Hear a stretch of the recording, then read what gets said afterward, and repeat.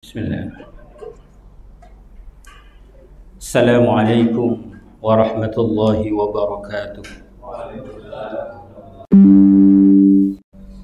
Bismillahirrahmanirrahim. Alhamdulillahi rabbil alamin wa bihi nasta'inu ala umuri dunya waddin. Wassalatu wassalamu ala asyrafil anbiya'i wal mursalin sayyidina Muhammad wa alihi wa sahbihi ajma'in, amma ba'du. Yang sama-sama kita hormati Bapak Direktur RSUD Muhammad Nur Pamekasan,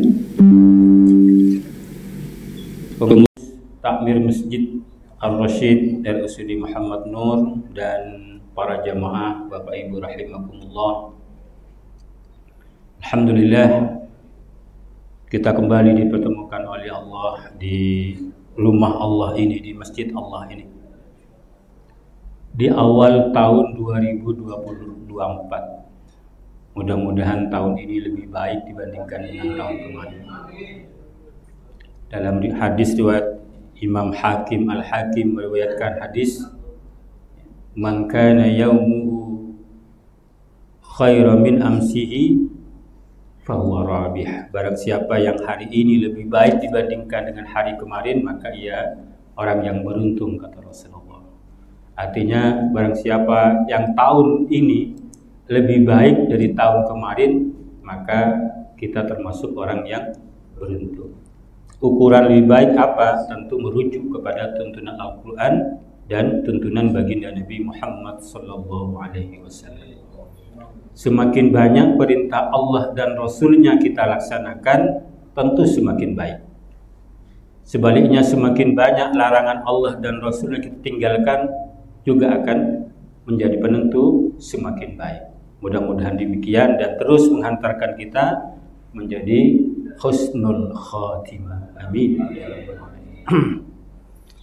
Baik para jamaah,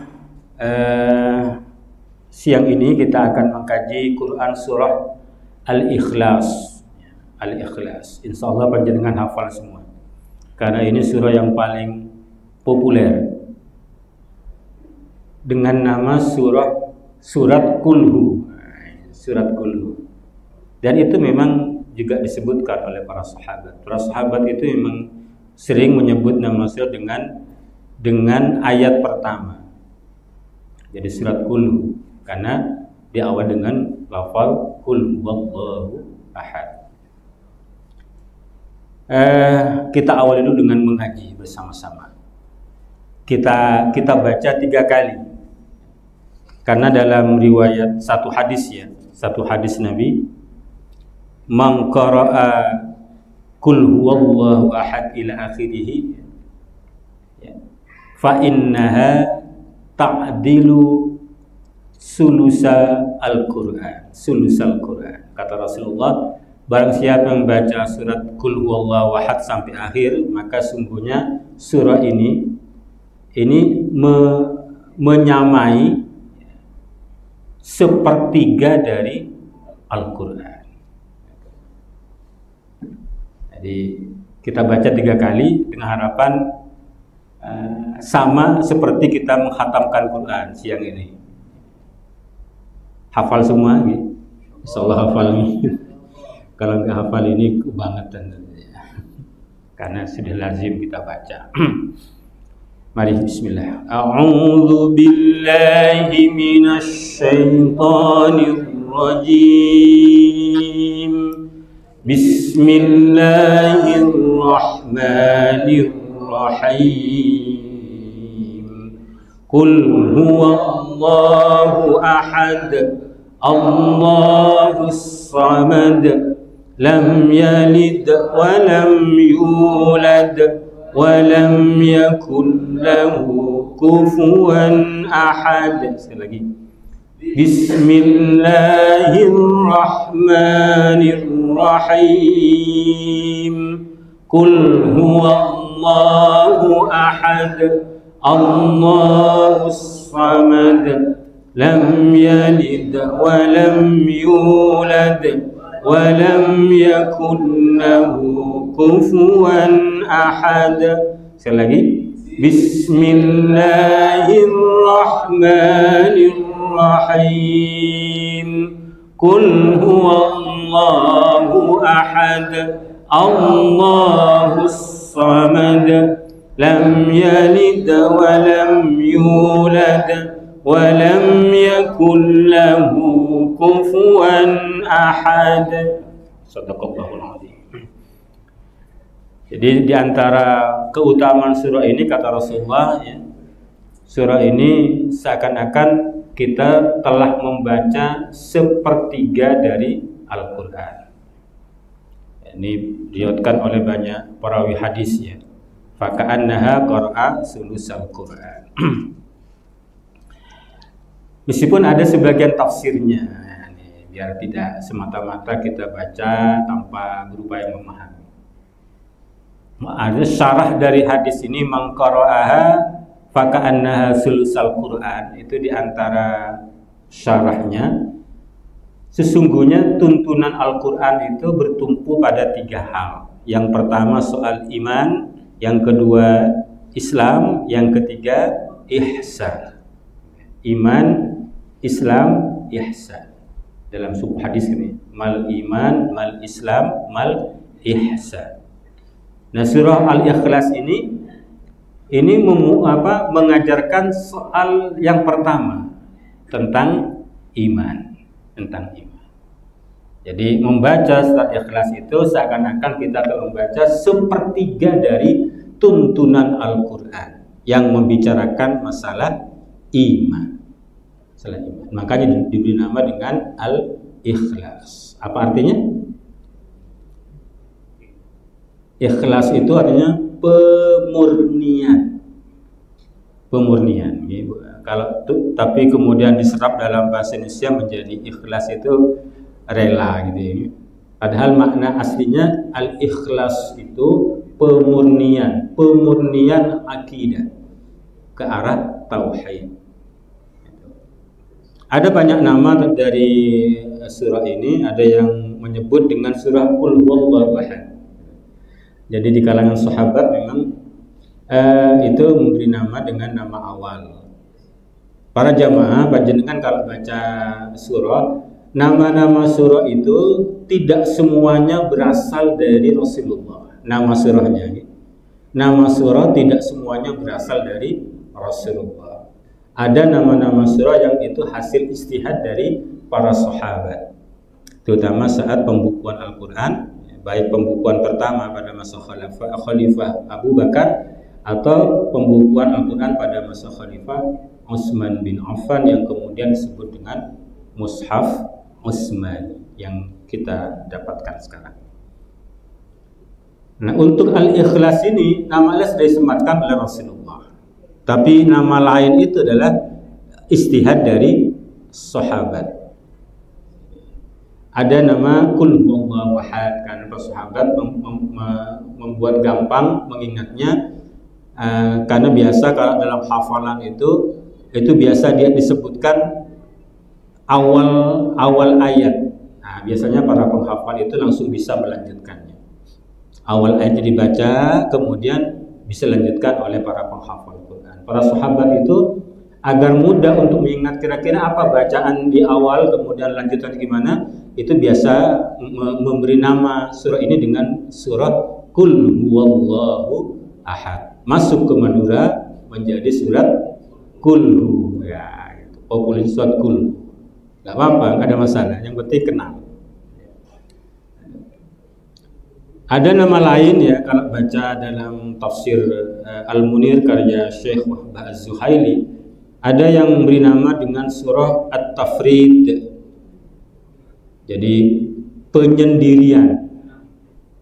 Jadi Allah itu memiliki sifat-sifat tersendiri.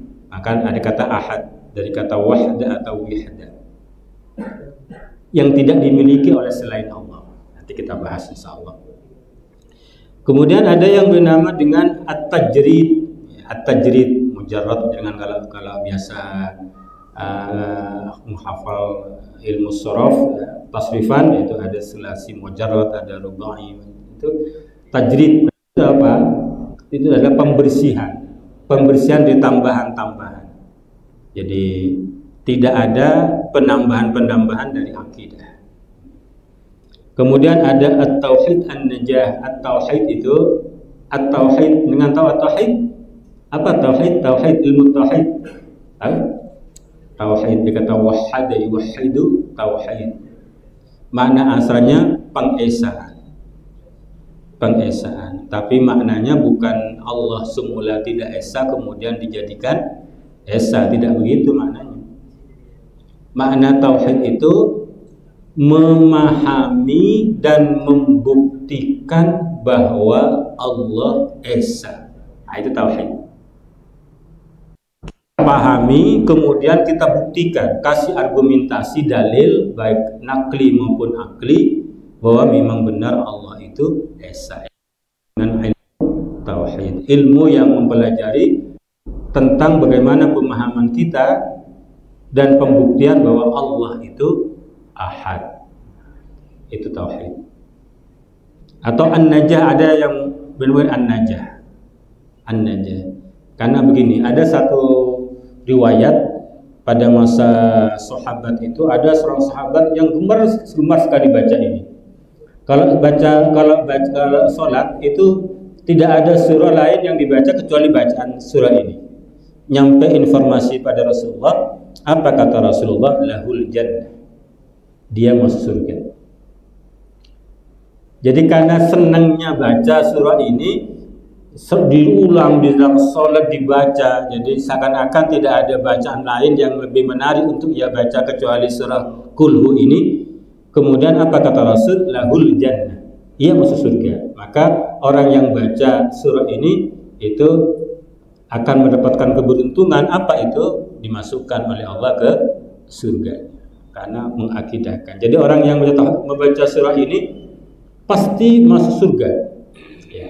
Sepanjang hayatnya dia meninggal tetap istiqomah, tetap konsekuen dengan keyakinan bahwa surga. Meskipun mungkin ada kalanya sebagian yang masih mampir ke neraka ya, karena dosa-dosanya perlu tapi nanti akan diangkat ke surga. Amin. Minimal ada jaminan ya. Mudah-mudahan meskipun mampir nggak lama lah sebentar gitu ya.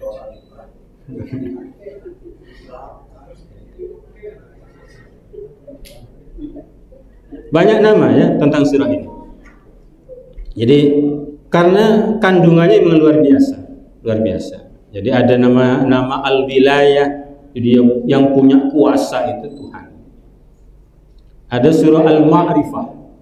Jadi untuk mengenal Tuhan, pengenalan Tuhan itu surah ini. Jadi surah Kulhu ini, surah Al-Ikhlas ini adalah surah yang merupakan wahyu yang ke-19. Dari sisi tertib nuzulnya adalah yang ke-19.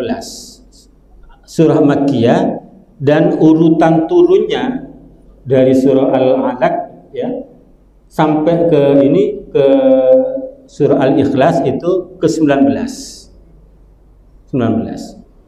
Sebelum turunnya surah Al-Ikhlas ini, ayat-ayat yang diturunkan itu tidak pernah menyebut nama Allah. Enggak ada kata Allah. Yang ada Rabb, Ar-Rabb. Iqra bismi rabbika, Tuhanmu.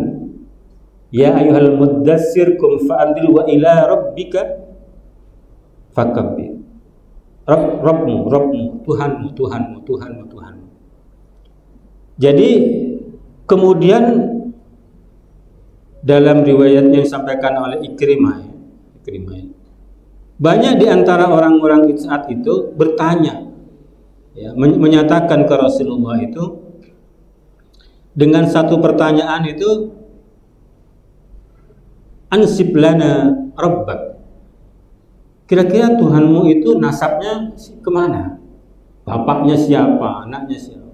Karena mereka itu rata-rata ada yang orang-orang Yahudi itu menyatakan kami menyembah Uzair ibnullah. Kemudian orang Nasrani kami menyembah Al-Masih ibnullah. Orang-orang Majusi menyembah matahari dan bulan. Ya. Orang-orang kafir Quraisy menyembah banyak berhala.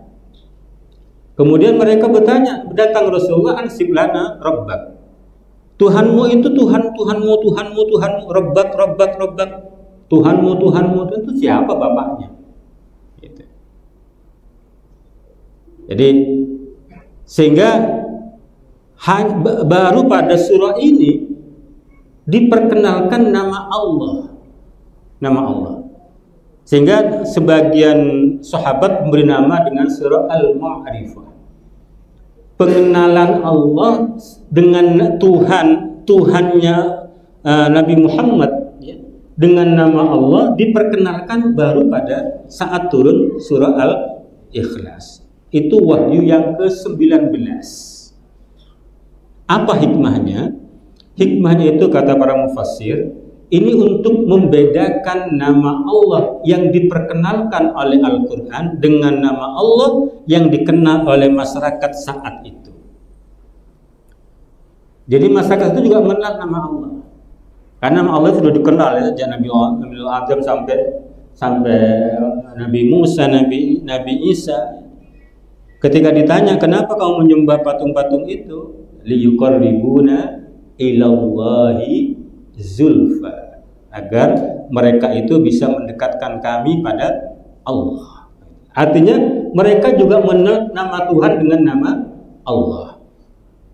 Sehingga seandainya sejak awal langsung Iqra bismillahilladzi khalaq, bukan Iqra bismi rabbika, langsung Iqra bismillahilladzi khalaq, langsung diperkenalkan nama Allah ya, di awal turunnya wahyu, maka orang yang mendengarkan akan berkata, oh ternyata Tuhan kita sama-sama bernama Allah.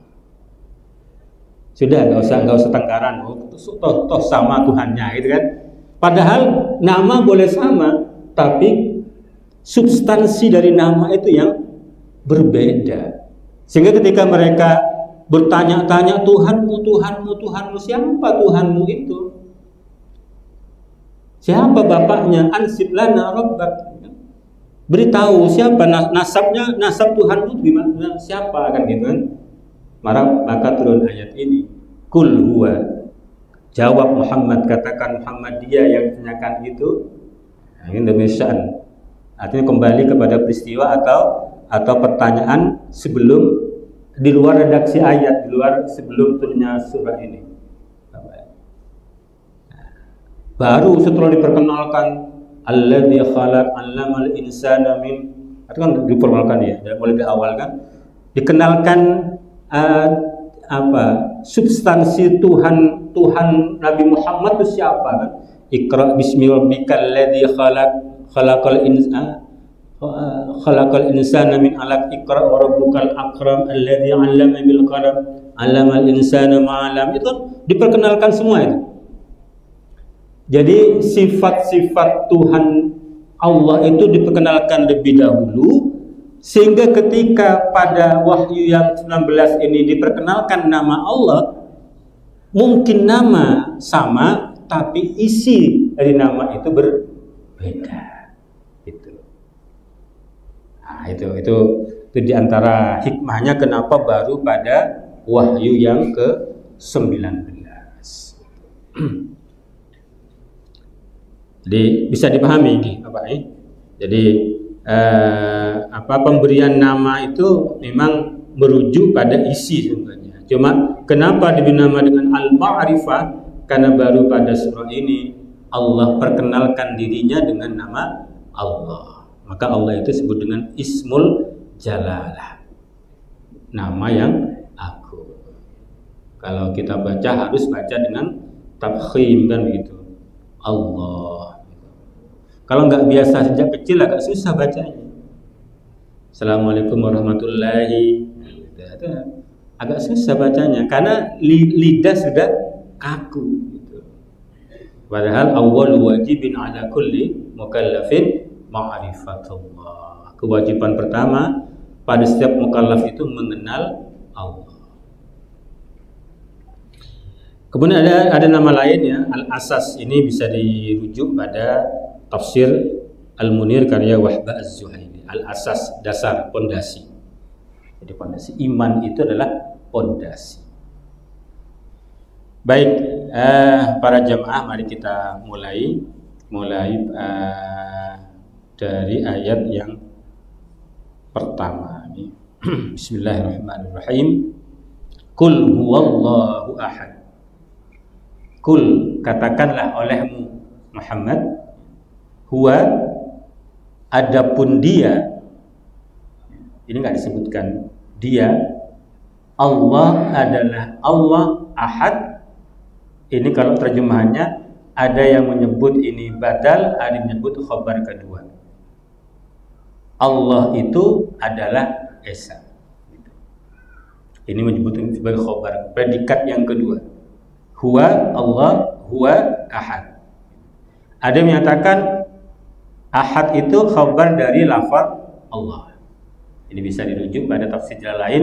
Pelajar lain menyatakan huwa itu subjek mubtada, Allah predikat khabar. Sedangkan ahad khabar yang kedua. Kalau di Wahbah Zuhaili, huwa mubtada, Allah itu adalah predikat, ahad predikat di lafaz Allah.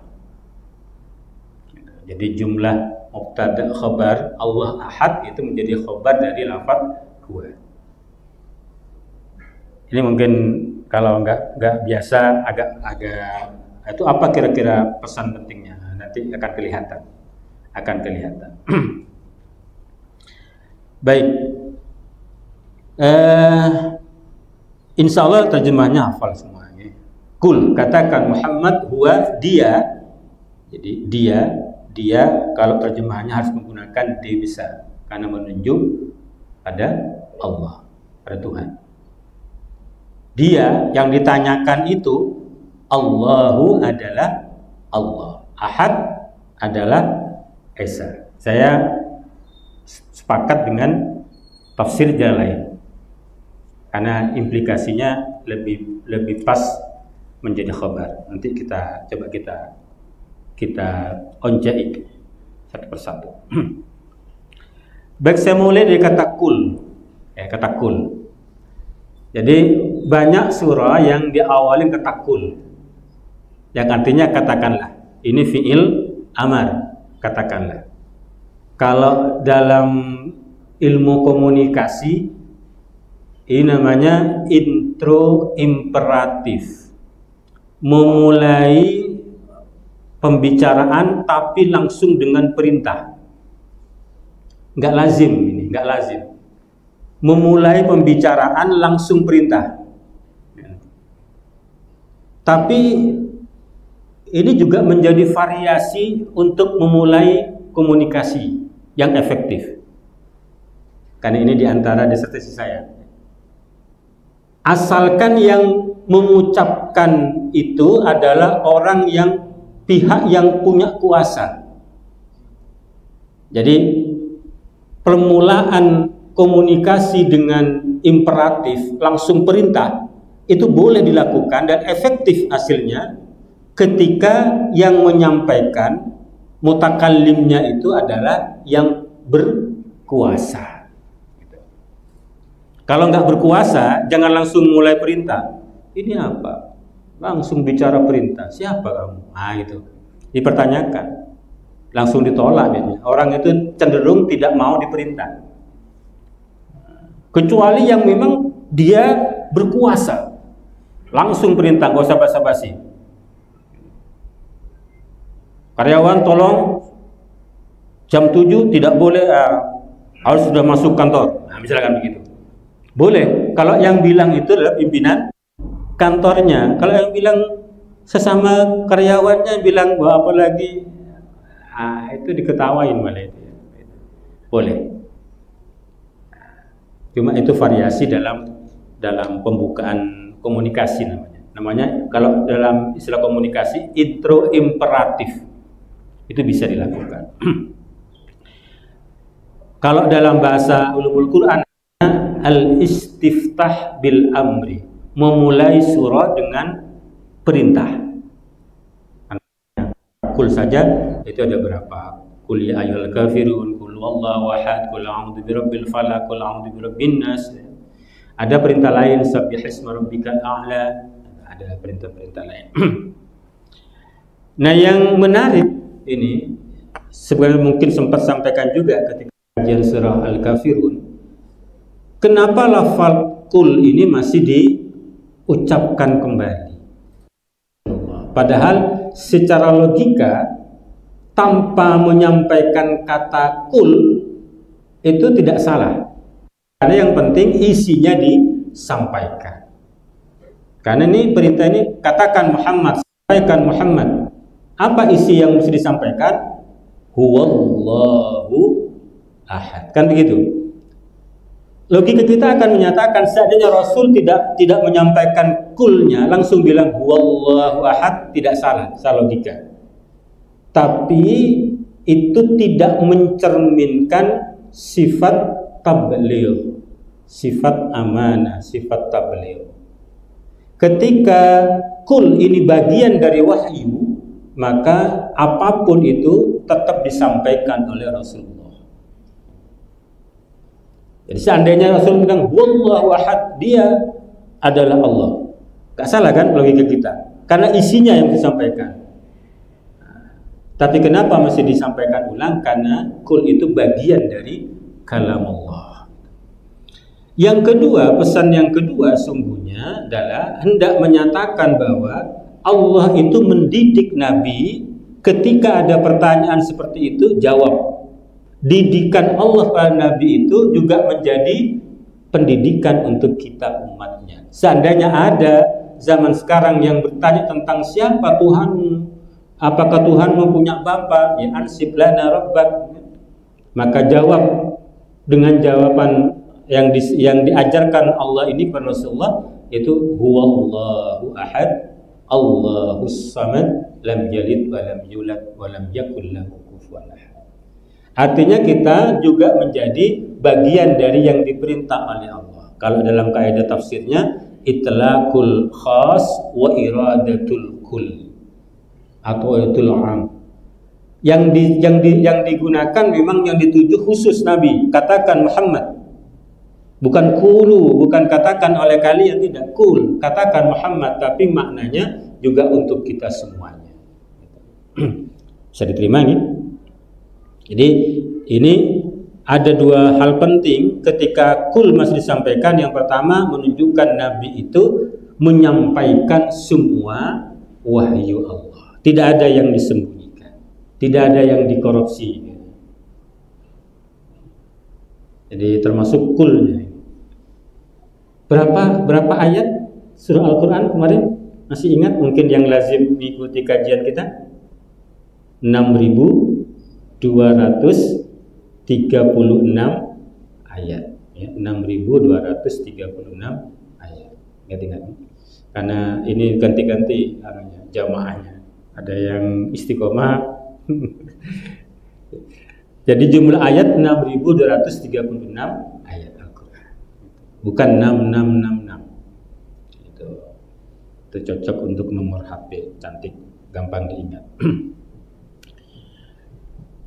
Baik, jadi semuanya disampaikan oleh Rasulullah, gitu ya. Jadi tidak ada yang dikurangi. Kalau bukan Al-Quran nggak disampaikan oleh Rasul, meskipun disunahkan sama Rasul. Jadi kita disunahkan baca amin, amin ketika selesai baca surah Al-Fatihah, kan ya? Baca amin. Itu disunahkan sama Rasul, tapi tidak disampaikan sebagai bagian dari Al-Quran, karena memang amin bukan Al-Quran.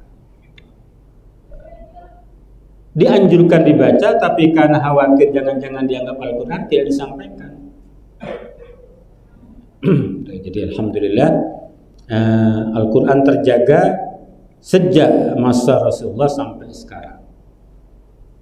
Kita tahu ada ayat, alhamdulillah nasyaitonir rajim, inna nahnu nazzalna dzikra wa inna lahu lahafizun. Kami yang turunkan Al-Quran, dzikra Al-Quran, peringatan ini, dan kami pula yang menjaganya.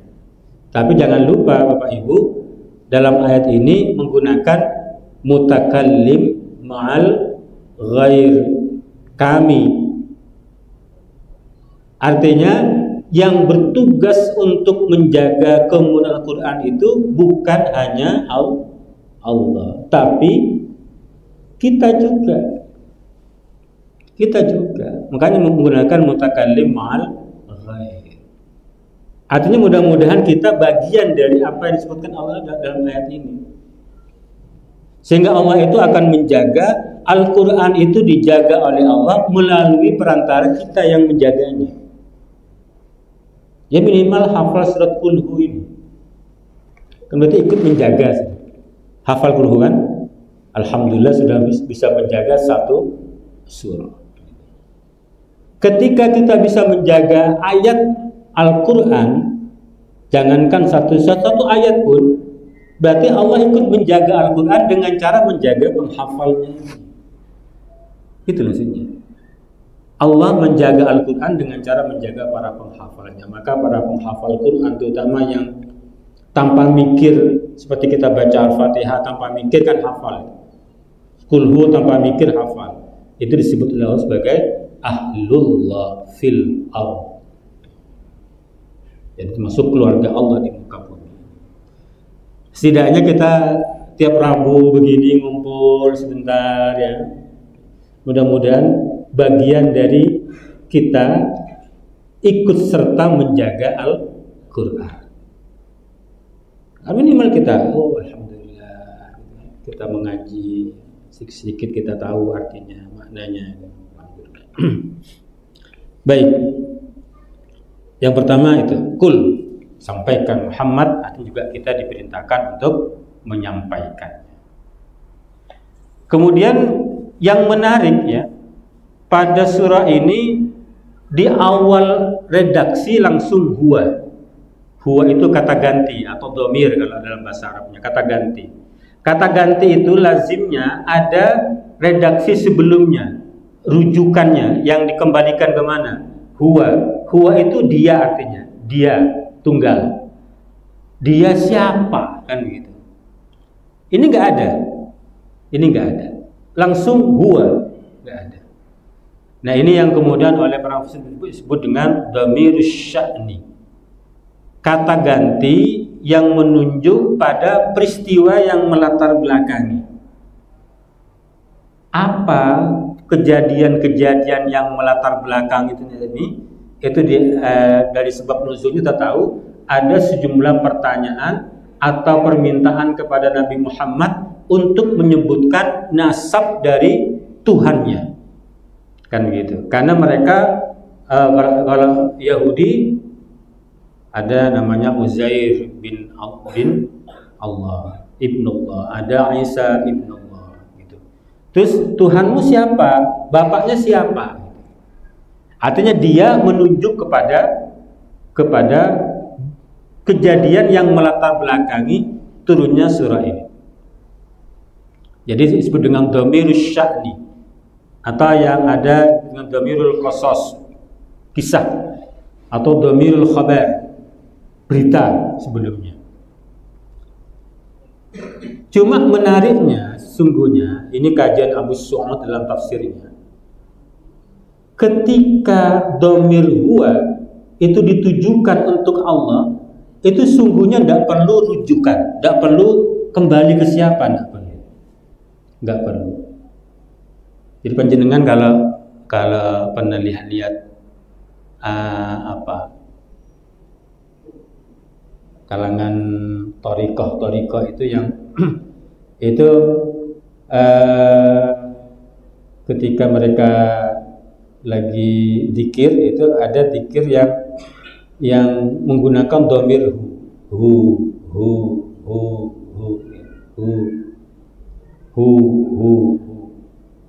Itu ketika hu tidak ada rujukannya, itu para ulama itu menyebutnya rujukannya kepada sesuatu yang paling agung.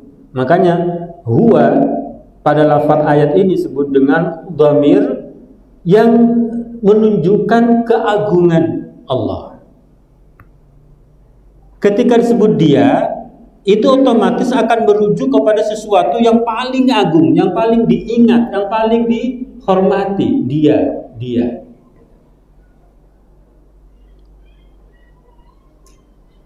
Kalau panjenengan mengkaji ya, kira-kira Allah ada apa tidak? Tuhan ada apa tidak? Tadi jawabannya ada kan wujud kan, Allah wujud. Cuma bukti yang paling kuat itu dengan cara apa? Bukti yang paling kuat bahwa Tuhan itu ada dengan cara apa? Para filosof muslim, para ulama-ulama besar, para ahli sufi menyebutkan pembuktian bahwa Tuhan itu ada yang paling besar itu bukan dari terciptanya alam ini, tapi justru dari hati kita. Dari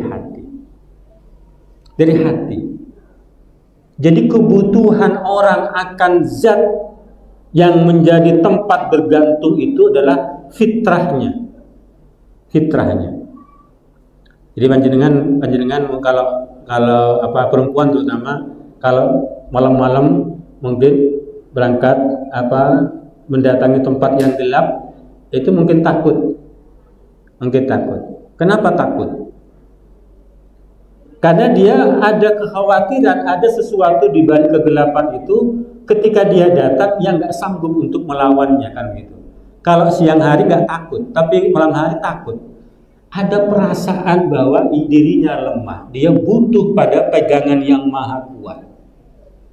Nah, kebutuhan akan itu munculnya dari fitrah manusia. Kalau bahasa ilmiahnya, panjenengan disebut dengan argumentasi ideologis. Dalam diri itu ada Tuhan. Kalau bahasa Al-Qur'annya, wa in akhadha rabbuka min bani adama min duhurihim dzurriyyatahum alastu bi rabbikum qalu bala syahidna. Sejak zaman dulu kita sudah pernah ditanya oleh Allah, alastu bi rabbikum, bukankah saya Tuhan kalian? Kita sepakat berkata, bala, benar, syahidna, kami bersaksi. Jadi dalam diri kita itu ada namanya fitrah ketuhanan. Nanti sambil dipikir-pikir ungkapan saya.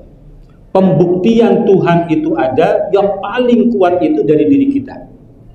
Mungkin satu ketika kita mau menutupinya, tapi suatu saat dia akan muncul. Contoh apa di antara yang paling fenomenal? Ketika Fir'aun yang mengaku dirinya hebat luar biasa sampai mengatakan ana rabbukumul a'la, mau ditenggelamkan ke laut merah ya, apa yang dikatakan?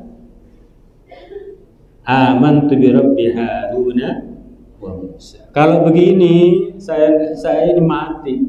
Saat ini saya beriman pada Tuhannya Harun dan Musa. Muncul itu watak asli orang itu muncul ketika spontanitas. Ya, spontanitas. Itu yang paling dalam itu. Yang paling dalam itu akan muncul. Kalau orangnya memang penyabar kelihatan ketika spontanitas. Kalau nggak spontan masih bisa ditutup-tutupi. Kalau memang dia suka pemarah, itu ketika spontan itu kelihatan. Nah, kalau nggak spontan masih bisa. Allahumma sholli ala Muhammad. Takut kemana-mana ya. Baik, sehingga kata Abu Su'ud ini ya, saya bacakan ya, menempatkan kata huwa untuk menunjuk Allah, padahal sebelumnya tidak pernah disebut dalam sunan redaksi ini. Kata yang menunjuk kepadanya adalah untuk memberikan kesan bahwa dia yang maha kuasa itu sedemikian terkenal dan nyata, sehingga hadir dalam benak setiap orang bahwa kepadanya selalu tertuju segala isyarat. Kata Abu Su'ud dalam tafsir Abu Su'ud. Ketika disebut dengan dia, maka tidak ada yang ditunjuk selain Allah Subhanahu wa ta'ala. Fa'lam annahu la ilaha illa huwal hayyul fa'lam annahu, sungguhnya dia, siapa lagi? Allah subhanahu wa ta'ala. Baik, jadi inilah diantara balagh Al-Quran ya, balagh Al-Quran itu huwa atau hu balagh Al-Quran. Setelah itu baru diperkenalkan lafaz Allah, huwallah, Allah, lafaz Allah. Lafaz Allah ini ada yang menyebutnya isim ghairu mustaq, satu kata benda, nama yang tidak berasal dari asal usul tertentu, tidak ada tasrifannya. Ini kata Imam Asy-Syafi'i. Jadi menurut beliau, lafaz Allah memang khusus diturunkan, khusus ada untuk dijadikan nama Ismul Jalalah, nama Allah yang agung. Allah itu. Ada yang menyatakan Allah ini berasal dari kata tertentu. Ada yang mengatakan aliha, aliha ini menuju. Ada yang mengatakan walaha, mengherankan. Karena Allah itu memang tempat kita menuju. Allah itu tempat zat yang mengagumkan, yang menakjubkan. Bapak Ibu, di antara dalil bahwa Allah ada, Allah wujud, adalah ayat ini. Ketika ada nama berarti ada zat, kan gitu ya? Ketika ada nama berarti ada zat. Ketika ada sifat berarti ada zat.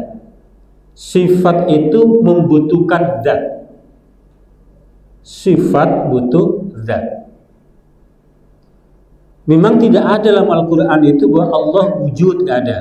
Tapi ketika disebut huwallah, dia Allah, maka karena itu nama berarti ada zat yang diberi nama. Kemudian ahad ini bisa menjadi nama, bisa menjadi sifat, maka sifat itu butuh zat. Jadi kalau belajar, maaf ya, ini agak sedikit detail karena terus terang saya merasa berkepentingan. Karena kita sering kita baca, biar ketika dibaca ini tahu benar isinya. Tahu benar isinya. Kalau panjenengan baca 20 sifat yang wajib bagi Allah, sifat yang pertama ada sifat wujud kan ya. Sifat wujud. Tapi dalam rinciannya wujud ini disebut dengan sifat nafsiyah. Karena sifat itu sungguhnya bisa dijelaskan, karakteristiknya bisa dijelaskan, gambaran tentang apa itu bisa dijelaskan. Tapi ada nggak bisa digambarkan, nggak bisa digambarkan. Saya tentukan begini, ini kita sebut dengan kontak, kontak. Kita katakan kontak ini ada. Kalau saya tanya kira-kira mana kontak itu? Untuk menyebut ada itu mana kontak itu? Gak bisa. Karena kita menunjuk pada ini, kita akan kerepotan. Ini apa? Besi, semacam. Ada ya ada, tapi karena ada itu sifat nafsiyah, itu tidak bisa dideskripsikan, itu bahasanya. Makanya disebut dengan wujud itu adalah zat itu sendiri. Zahid ada, tapi kita mana zahid menjadi nggak ada. Berat ini sedikit berfilsafat ini. Zahid ada, tapi kita mana zahid nggak ada. Itu juga bisa tulangnya, dagingnya, rambutnya. Sifat nafsiyah. Sehingga tidak perlu disebut Allah wujud. Ketika Allah dikatakan nama Tuhan itu adalah Allah, maka berarti Allah ada. Karena memang ada itu sifat nafsiyah. Mudah-mudahan bisa nyantol sedikit. Ya, sekali-kali bicara dengan guru besar. biar kelihatan besarnya gitu ya. Biar kelihatan besarnya. Baik, Bapak Ibu rahimakumullah. Nah, di antara ketika disebut dengan huwa dia, Allah adalah Allah. Ya. Kata huwa menuju sesuatu yang maha. Tidak terlintas sedikit pun huwa bagi setiap orang itu kecuali dia yang serba segalanya. Maka ini akan menghadirkan disebut dengan Allah wujud. Wujudnya Allah itu adalah wajib. Disebut dengan wajibul wujud. Wajibul wujud. Bisa nyambung kira-kira? Kalau kita ini mungkinul wujud. Mungkinul wujud itu dari tidak ada bisa menjadi ada, ya. Yang disebut dengan maujud. Kita asalnya tidak ada menjadi ada, kemudian masih ada. Nah, itu ya. Itu kan berarti kan kalau dalam bahasa akidah kita sebut dengan ta'alluq majazi. Kita masih dipelihara oleh Allah, masih ada, masih hidup. Dulu kita nggak bisa bicara, menjadi bisa bicara, maujud. Tetap sekarang bisa bicara. Gitu. Nanti ini menjadi tidak ada. Semula kita hidup menjadi mati. Asalnya bisa bicara menjadi nggak bisa bicara. Asalnya bisa jalan menjadi hilang kemampuan berjalan. Itu mungkinul wujud. Allah itu wajibul wujud. Jadi kata ini huwa Allah. Jadi ketika disebut huwa di awal itu menunjuk sesuatu yang orang lain itu tidak berpikir lain kecuali dia, Tuhan.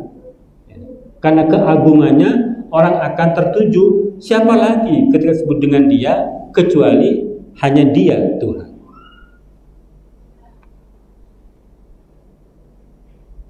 Paham? Angkep paham kan? Angkep paham. Angkep paham. Karena itu nggak bisa kita bayangkan Tuhan itu.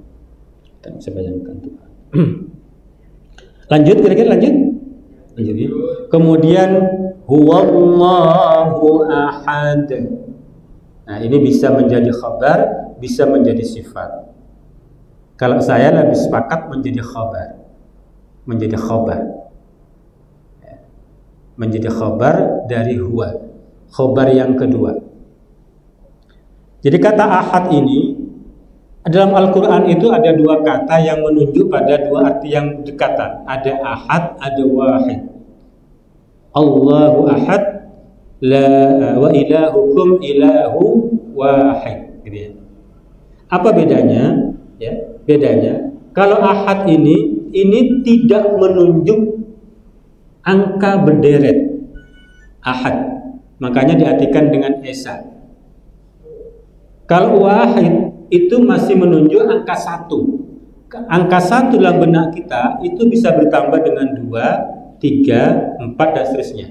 Kalau ahad bukan deretan angka, tapi tunggal, esa 1. Sehingga nanti akan ada perbedaan tafsir ketika disebut dengan Allahu ahad atau wa ilahukum ilahu wahid. Akan beda maknanya. Akan beda. Meskipun tetap menunjuk pada Allah Subhanahu wa ta'ala. Akan beda. Nah, ketika disebut dengan Allahu ahad, Allah esa, Allah tunggal, itu maknanya itu tidak ada deretan angkanya. Jadi misalkan kalau dalam bahasa itu maja'ani ahadun. Artinya tidak ada yang datang kepadaku seorang pun, ahad. Kalau maja'ani wahidun, tidak ada yang datang kepadaku seorang. Kalau seorang nggak ada. Kalau 2 bisa ada, 3, 4 bisa ada. Satu orang nggak ada. Wahid itu 1. Kalau ahad tunggal. Nah, apa maknanya ketika disebut dengan ahad, Allahu ahad itu mulai dari zat Allah. Ya, tolong ini, zat Allah, sifat Allah dan perbuatan Allah itu tidak ada yang memiliki selain diri Allah. Hanya Allah, hanya Dia, hanya Dia. Jadi ketika disebut dengan ahad, tidak ada yang memiliki hal yang sama, baik zatnya, sifat-sifatnya maupun perbuatannya. Nah, ini yang kemudian akan melahirkan yang disebut dengan sifat wahdaniyah. Artinya Allah Esa. Saya sedikit maaf, jam berapa ya sekarang ya? Kok mati itu nampaknya? Mati ya? Hah? Enggak. Sedikit lagi ya. Tidak apa-apa Pak Takmir, satu ayat mungkin ya. Tidak apa ya. Jadi begini Bapak Ibu, saya merasa berkepentingan untuk ini, untuk menyampaikan. Jadi kebalikan dari sifat ahad ini kan ta'addud. Allah berbilang, zatnya berbilang. Artinya mustahil bagi Allah berbilang. Saya ingin menyampaikan dalam akidah kita ada 5 kam yang itu mustahil bagi Allah. 5 kam. Yang pertama kam muttasil fil dzat, berbilangnya zat Allah. Maksudnya muttasil menyambung jadi satu.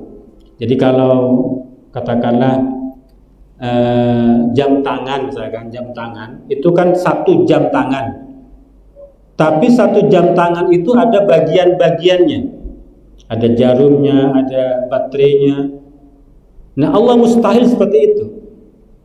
Allah mustahil terbagi dari unsur-unsur ke bagian-bagian. Ketika ada bagian-bagian itu menunjukkan kelemahannya.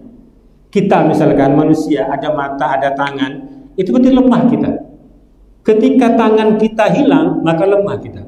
Ketika mata kita hilang, lemah kita. Allah tidak demikian. Ketika jarum jam tangan itu hilang, maka nggak fungsi. Baterainya habis, nggak fungsi. Jadi Allah mustahil dengan kam muttasil fiddat. Dan Allah tidak terdiri bagian-bagian atau unsur-unsur. Yang kedua, kan kam munfasil fiddat. Tidak ada selain Allah yang sama dengan Allah. Jadi nggak ada Tuhan selain Allah. Paham-paham itu tidak benar. Kalau ini gampang dipahami. Kemudian dalam sifatnya kita tahu sifat Allah itu banyak, tapi ada kam muttasil fis sifah. Allah mustahil sifatnya itu bisa dibagi-bagi. Kan itu menunjukkan kelemahannya. Tolong ini ingat-ingat. Misalkan Allah, kita tahu Allah ala kulli syai'in qadir. Allah itu atas sesuatu itu maha kuasa. Sudah selesai. Tidak perlu dibagi-bagi. Ketika dibagi-bagi menunjukkan kelemahannya. Misalkan Allah maha kuasa menciptakan manusia. Berarti manusia di mana? Nanti akan muncul pertanyaan. Allah maha kuasa menciptakan langit. Artinya sifat kuasa Allah itu bergantung pada adanya makhluknya, baru dikenal sebagai Allah yang berkuasa.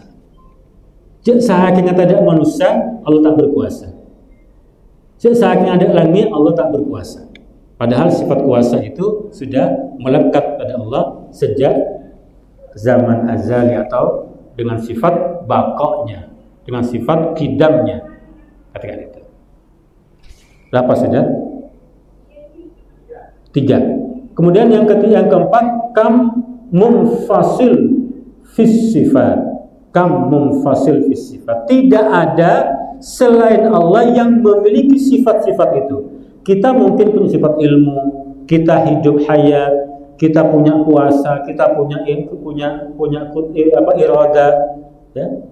Tapi tidak sama dengan ilmu, hayat, kudrat, iradat Allah, tidak sama. Jadi tidak ada yang memiliki sifat-sifat seperti yang dimiliki oleh Allah Subhanahu wa ta'ala. 4. Yang kelima, penting, kam munfasil. Ini yang kelima, kam munfasil fil af'al. Allah tidak membutuhkan bantuan apapun untuk melakukan sesuatu. Karena semua terjadi atas kehendak Allah. Semuanya terjadi atas kehendak Allah. Wa huwa khalaqakum wa ma ta'malun. Dialah yang menciptakan kalian dan menciptakan apa yang kalian lakukan. Ini mungkin nanti akan menghadirkan sikap Jabariyah. Tapi jangan lupa Allah mengatakan laha ma kasabat wa 'alaiha maktasabat. Jadi Allah memang yang punya segalanya, termasuk perbuatan kita itu sumbernya dari Allah. Tapi Allah berikan potensi kita untuk melakukan kasab, berikhtiar, sehingga Allah tagih dengan kata-kata laha ma kasabat wa 'alaiha maktasabat. Ini penting. Tauhid, masalah tauhid. Panjenengan, mohon maaf, para dokter boleh berusaha maksimal untuk menyembuhkan pasien. Boleh berusaha, tapi usaha maksimal menyembuhkan itu sumbernya Allah. Kesembuhan juga dari Allah.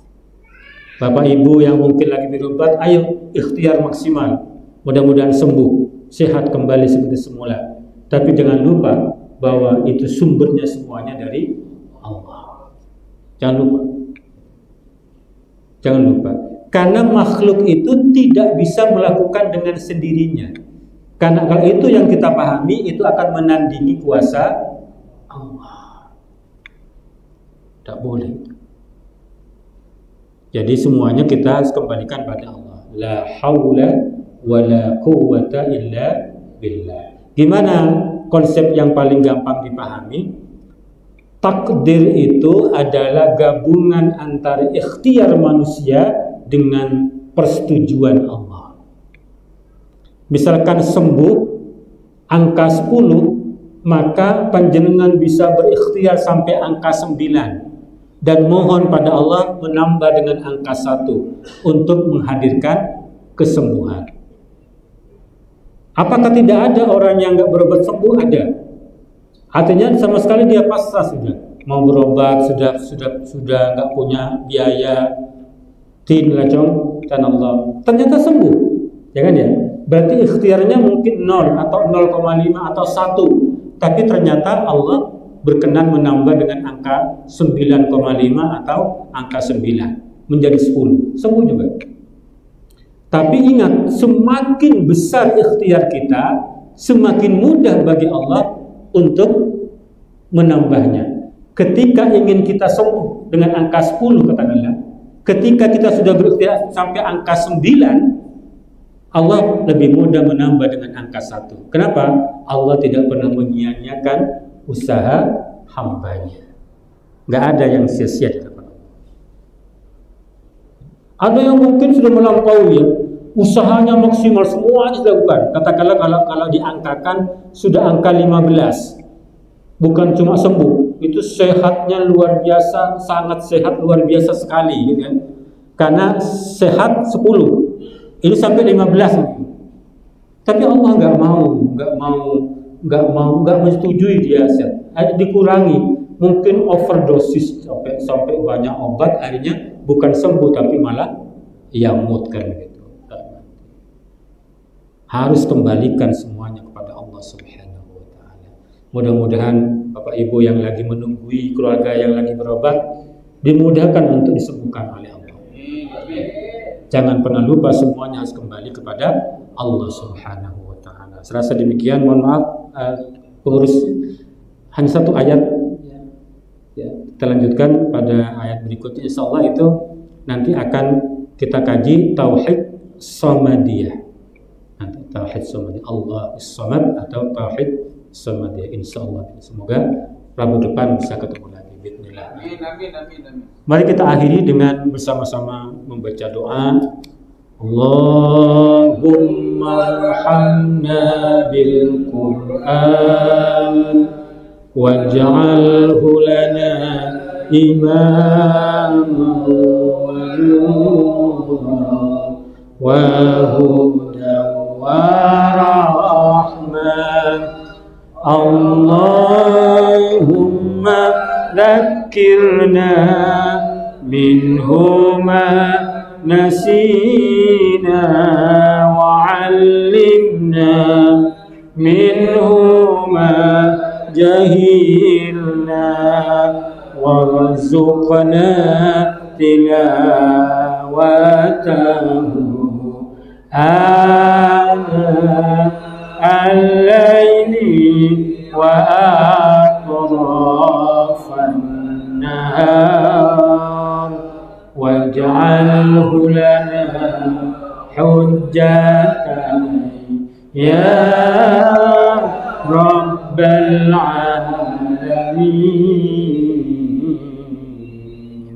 والعفو منكم والسلام عليكم ورحمة الله وبركاته.